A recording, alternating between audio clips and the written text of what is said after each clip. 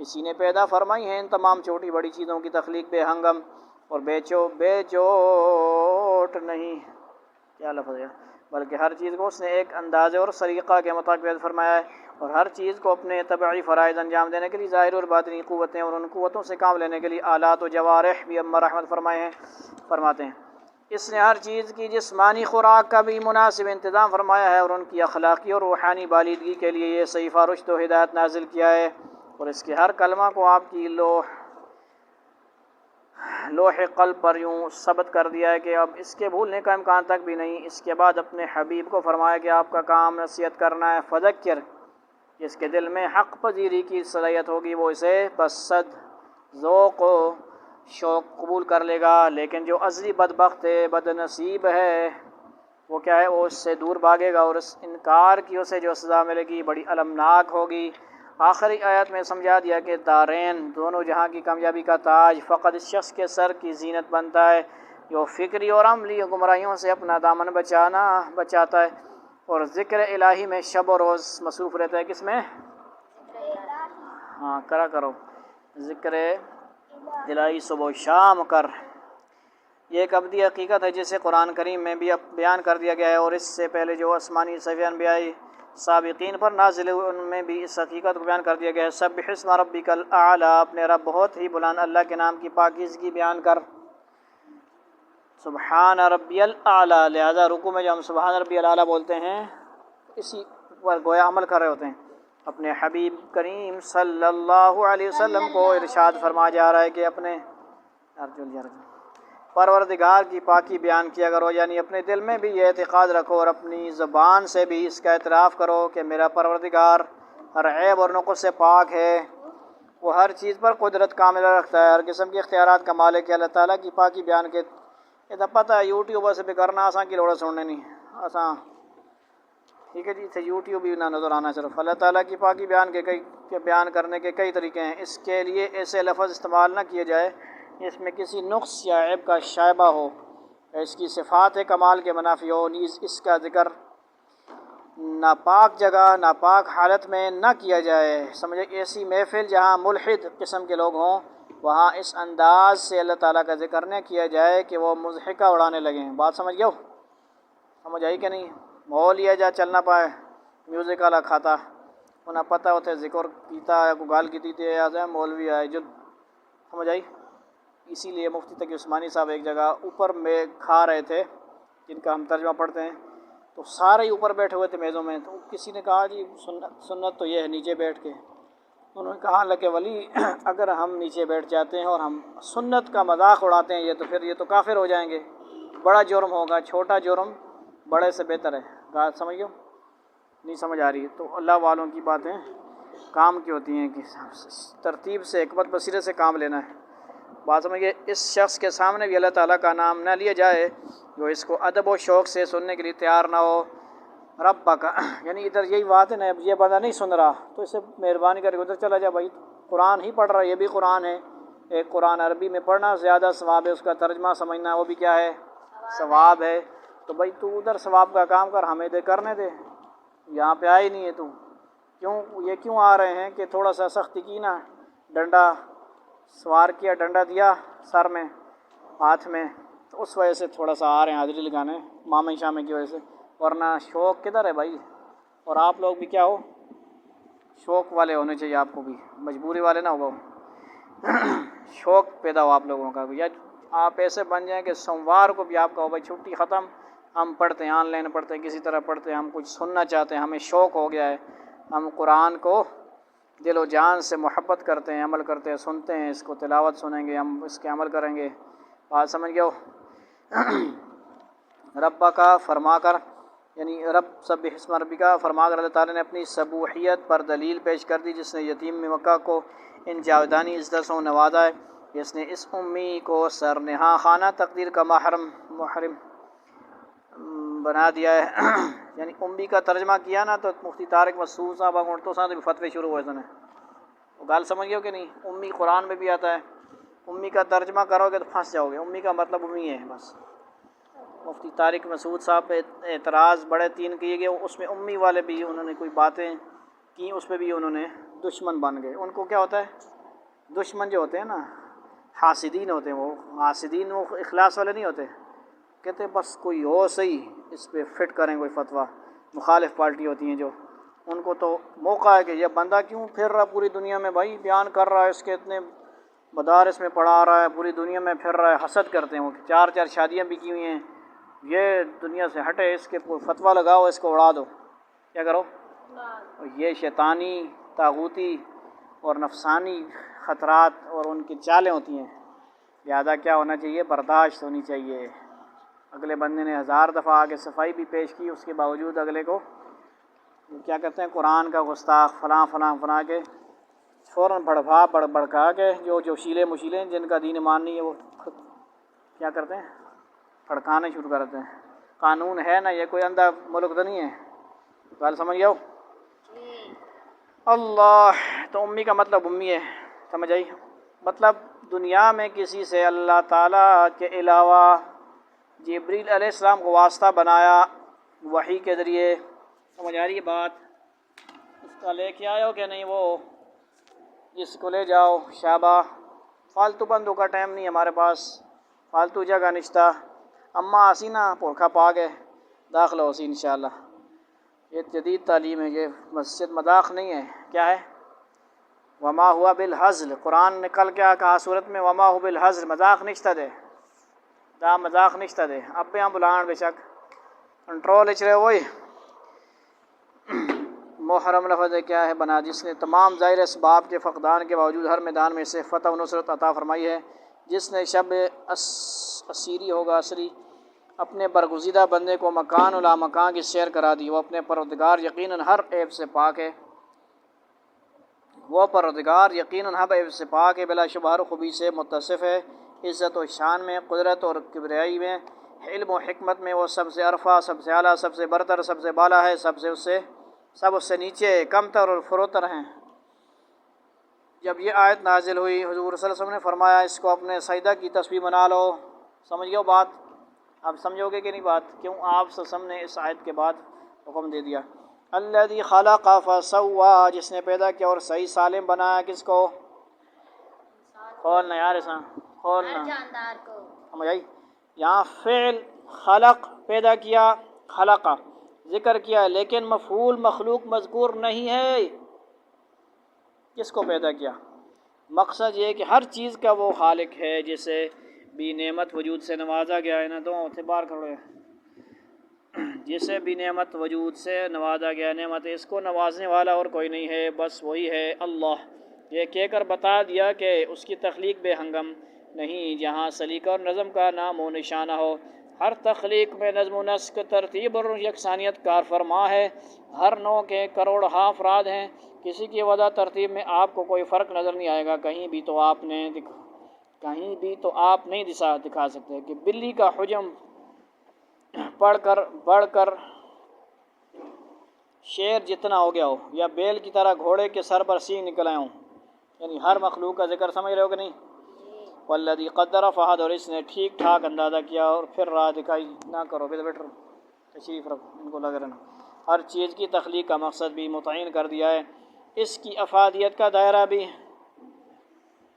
مقرر کر دیا. جو فرائض اس نے انجام دینے ہیں اور جس مقصد کے لیے اسے استعمال کیا جانا ہے، سب کا پوری طرح اندازہ کر دیا ہے. غرض ہے کہ جملہ کلیات و جزیات کے تمام احوال و کوائف بڑی تفصیل سے قبل از وقت طے کر دیے گئے ہیں. فہدہ، انہیں دونوں نے پیچھے کرو یار، خطرناک کام ہے کوئی. فہدہ و فرما کر اپنی ایک اور مہربانی کی طرف متوجہ کیا کہ صرف فرائض کا بار گراں لاد کر چیز کو حالت کے رحم و کرم پر چھوڑ نہیں دیا گیا، بلکہ ان کی بجاوری کے لیے جن جسمانی اور ذہنی طاقتوں کی ضرورت تھی، جو بیرون اسباب و وسائل درکار تھے، سب کے سب ہر چیز کی حیثیت اور ضرورت کے مطابق مہیا کر دیے گئے. یہ ہدایت کائنات کی ہر چیز کو دی گئی ہے. نباتات میں غور فرمائیے، اگر گندم کا بیج اس موسم میں کاشت کے لیے مقرر ہے تو بیج اگتا ہے، بڑھ کر پودا بنتا ہے اور اس کے خوشے کی جیب میں دانوں کے موتی بھر دیے جاتے ہیں. اگر کسی دوسرے موسم میں کاشت کیا جائے تو وہ اگتا ہی نہیں. اللہ سمجھ گئے گل؟ نہیں سمجھے ہو؟ زمین کتنی زرخیز ہو، اس میں کتنی کیمیاوی کھاد ڈالی گئی ہو، اس میں کتنی کھاد ڈالی گئی ہو، اس میں کتنی بار پاشی کی گئی ہو، سب بے سود سب بے اثر، جو مرضی خرچ کر کے رہو، سمجھے؟ اس سے بھی زیادہ اس فطری ہدایت کے جلوے حیوانی زندگی نظر آئیں گے اگر آپ ایک بطخ کا انڈا اور ایک مرغی کا انڈا لیں، دونوں بچے نکلیں، اگر آپ ان کے سامنے پانی کا برتن رکھیں تو بطخ کا بچہ فوراً اس میں کود جائے گا اور مرغی کا بچہ دور ہٹ جائے گا۔ اللہ، کیسی بات سمجھ رہے ہو کہ نہیں؟ تجربہ کر کے نہیں ہو یار، ککڑی والا تو پتہ ہی نہیں، بطخ بھی کسی نے انڈا گنانا، ککڑی تلی دوائیں مان دو انشاءاللہ آپ اپنے تیڑے بعد نکلا سن۔ حضرت انسان تو ایک طور ہے، اس کا ذرہ ذرہ حکمت الہی کی جلوہ گاہ ہے، اس کی حیوانی زندگی کو برقرار رکھنے والے اعضاء معدہ، جگر، دل، پھیپھڑے، گردے، جسم کے انگنت مسام اپنے کام جتے ہوئے ہیں۔ یار کیا لکھا ہوا ہے، الفاظ کی بڑی غلطی ہے، اپنے کام جتے ہوئے ہیں، پتہ نہیں کیا لفظ، اپنے کام جتے ہوئے ہیں، اور آپ ان تک دو کی خبر ہی نہیں ہوتی، آپ کو ان تک دو کی خبر نہیں ہوتی، آپ کے ارادے کا بھی اس میں تو کوئی دخل نہیں ہوتا۔ انسانی زندگی کے تقاضے پورے کرنے کے لیے آپ کو ظاہری حواس کے ساتھ، قرآن کھولو یار، قرآن کھولو نا یار، حواس کے ساتھ ساتھ باطنی حواس اور ان سے بھی اعلیٰ اعلیٰ اعلیٰ اعلیٰ، توجہ خراب نہ کرو یار، باطنی آواز اور ان سے بھی اعلیٰ چیز دماغ عطا فرمایا، اور جہاں یہ قوتیں گھٹنے ٹیک دیتی ہیں اور آپ کی رہنمائی سے قاصر ہو جاتی ہیں یا آپ کو بہکانے لگتی ہیں، تو اس وقت بارگاہ الہی سے نبی نور نبوت سے سراپا نور بن کر تشریف آتا ہے اور شکوک و شبہات کے اندھیرے کو کافور کر دیتا ہے۔ اس کی حیات آفرین رہنمائی شیطان کی ساری فریب کاریوں اور عیاریوں کو بے اثر بنا کر رکھ دیتی ہے۔ پھر اس میں بھی ہدایت فرمائی اور ہدایت پذیر کے انگنت درجات ہیں، اور ایک مقام وہ بھی ہے کہ جب اللہ تعالیٰ کا دست لطف و توفیق اپنے بندے کا ہاتھ پکڑ لیتا ہے اور اس کو منزل مراد پر پہنچا دیتا ہے، سبحان من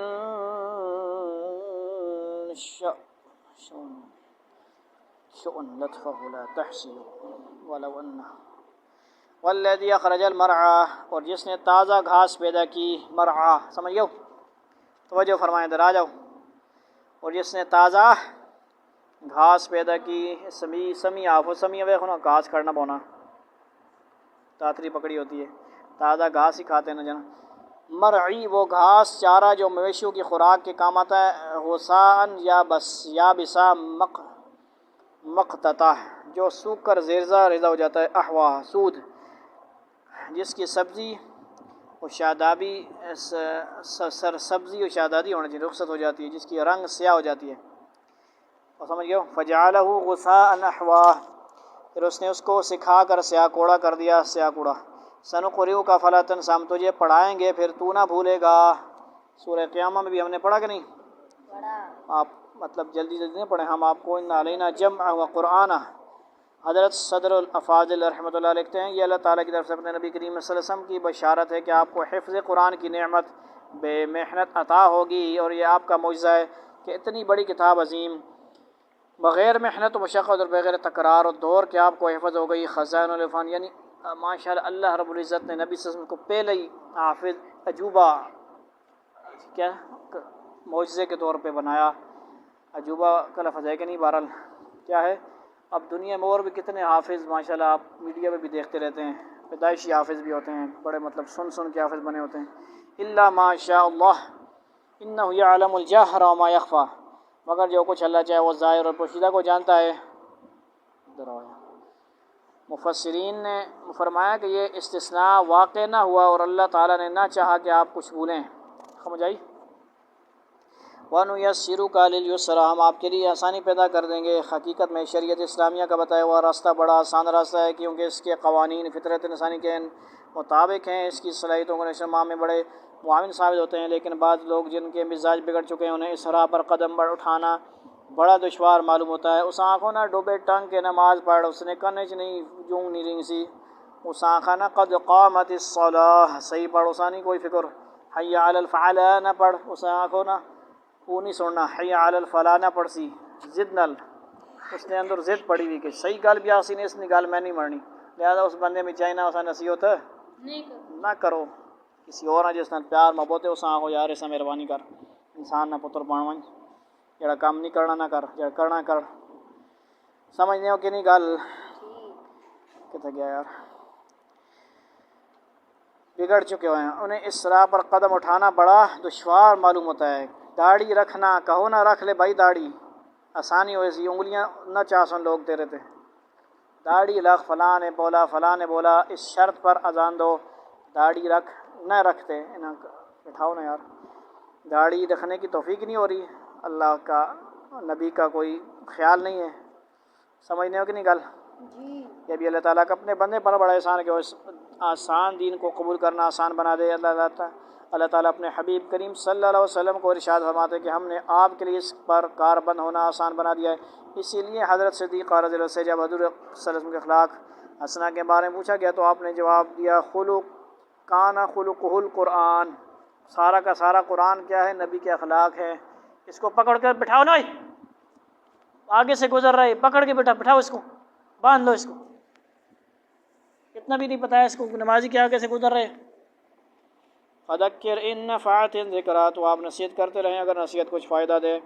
بتا دیا کہ جس کے دل میں خدا کا خوف ہے پکڑے لا ادھر بٹھانے کو سب نہ بٹھا بتا دیا موقع نہ دو کسی یہاں بتا دیا کہ جس کے دل میں خدا کا خوف ہے روز جزا کا ڈر ہے وہ تو ضرور نصیحت قبول کرے گا بلکہ وہ خود ہر وقت اس کی کوشش میں رہے گا کہ اس سے ایسی باتیں بتائی جائیں جن پر عمل کر کے وہ قیامت کے روز سرخرو ہو سکتا ہے.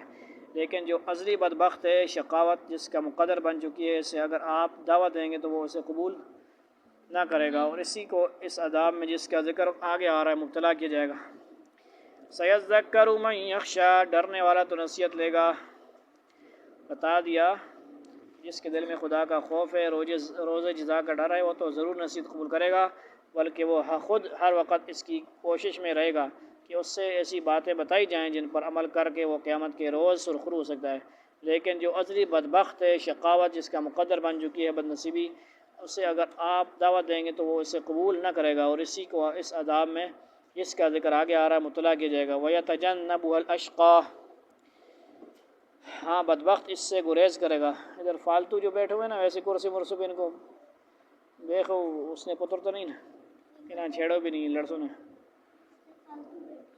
انہیں نہ چھیڑو جو پیچھے بیٹھے آگے والے نساؤ آگے والے پچھلے نہ چھیڑو پچھلا بدماش ہے پیرے آرام بس مجھے پتہ ہوتا ہے نا اس کو چھیڑو گے تو تجھے مارے گا لڑائی کرے گا کتوں کی طرح. اگلے والے کو آرام سے بولو جل کیا نہ ادھر لے آؤ ان کو یہاں پہ لے آؤ بولو ترجمہ ہو رہا ہے یہاں پہ لے آؤ. وَيَتَجَنَّبُهَا الْأَشْقَى الَّذِي يَصْلَى النَّارَ الْكُبْرَى جو بڑی آگ میں جائے گا.